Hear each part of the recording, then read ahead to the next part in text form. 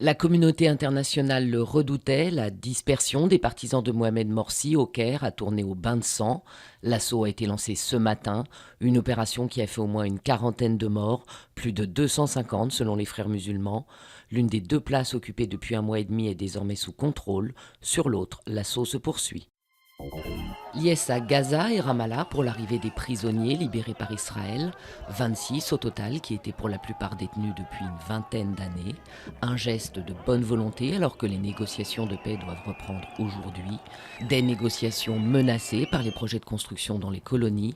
Dernière annonce en date ce matin, des milliers de logements seront construits dans l'année à venir en Cisjordanie.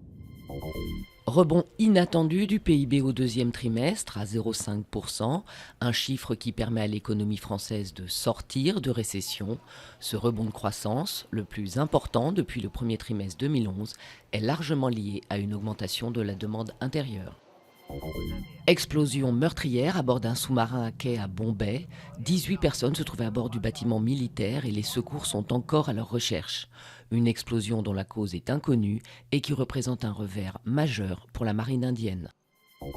Monica Bellucci en Bosnie pour tourner avec Emir Kusturica, un film qui raconte une histoire d'amour en temps de guerre et que le réalisateur serbe, 2 fois Palme d'Or, veut présenter au prochain festival de Cannes. L'actrice italienne y incarnera un agent secret dont la tête est mise à prix et qui tombe amoureuse.